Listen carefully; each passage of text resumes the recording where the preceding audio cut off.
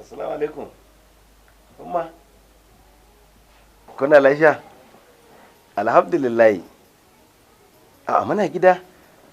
Gani ga ta ma muna zaune a gida. Ai tunda ana hutu. To alhamdulillah. Kyakkyawan labari. To bari in gaya mata mu shirya komai. Insha Allah. To Allah ya saka da alheri. Alhamdulillah. To ki albashirin ki fa. Wai su waye ne? Umma ce ta kira ni. Ta ce da mamaki suka so ma su bamu. To kuma amma yanzu sai suka ga da ya kamata sanar saboda ba san me za a yi tanadi ba. Yanzu haka suna tasha za su yi tikiti za su zo gidan nan. Kuma ki san menene? Idan suka zo sati guda za su yi. A ina? A nan gidan.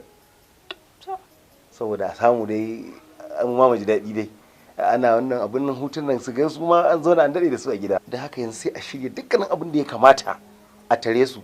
Mu fara shiryo komai da ke kuma mu tafi mu je mu taro su tun daga tasha. Ni fa ka sani fa gaskiya. Gaskiya ni ka san wancan zuwan da suka zo fa sai da na kwanta rashin lafiya saboda aiki. Shikenan ba ni da yancin kai. Tsaya kaman wata soja tsikam tun safe. Huwaila, yanzu me kike nufi aiki nan? In ce mun gasa a tasha za su taho kuma ki rika magana in sun zo ki sha wahala. Gaskiya ma ka gaya musu ka su zo. Don gaskiya ba zan iya ba. Sai in zauna in ta fama da aiki tun safe ba hutu. Gaya musu. Assalamu alaikum. Assalamu alaikum.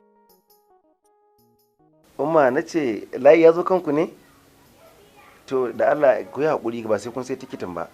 Saboda mun dan yi magana da ta ina jin ko akwai uzuri na larura irin ta nuna dai ba ta da buƙatar ku zo a irin wannan lokacin. A bari kawai in yi son Allah ya raya mu zuwa wani lokacin. To shikenan. Saboda kar a zo kuma ya zamto ba a ji daɗin zuwan ba a samu abin da ake nema ba. In akwai buƙatar haka insha Allah to in yi so shikenan na taɓo kun Allah yadda. To shikenan a yi haƙuri fa. Tunda ita za ta sauki mutanen kuma ta ji ba za ta iya wato ina ganin ba komai. Gaskiya ne mamaki. Haba. Ba daɗi. Yanayinsu ya nuna gaskiya ba su ji daɗi ba. Ban gane me kake son ka faɗa ba. Don na faɗa yadda ban ina da matsala. Bai kamata ba dai iyaye ne ko ba haka ba. To ni da gidan mijina ba zan huta ba? To amma wa ya ƙiya ga iyayensa? Iyayena ko iyayenka? Ummar ki ce fa mahaifiyarki ta ce za su zo su miki sati ɗaya tunda daɗiya suke ba a gamu ba kuma kika ce zaki kin gaji. Ya kashe ni. Wayo Allah na. Ya za ka kai min haka? Sai ka ce ummata. Kuma ka ce su koma? To ummaki ba ummata ba ce? A to ni sai ka bambanta min da bambanci ya. Na shiga uku ka kira min ita ka ce za ku. A to. Na shiga uku. Kai musu waya ka ce su dawo. Ai ko sai dai ki hakura sai baɗi. Ja'ira wato ummaki ta fi ummata ko? To ba ki ganta ba.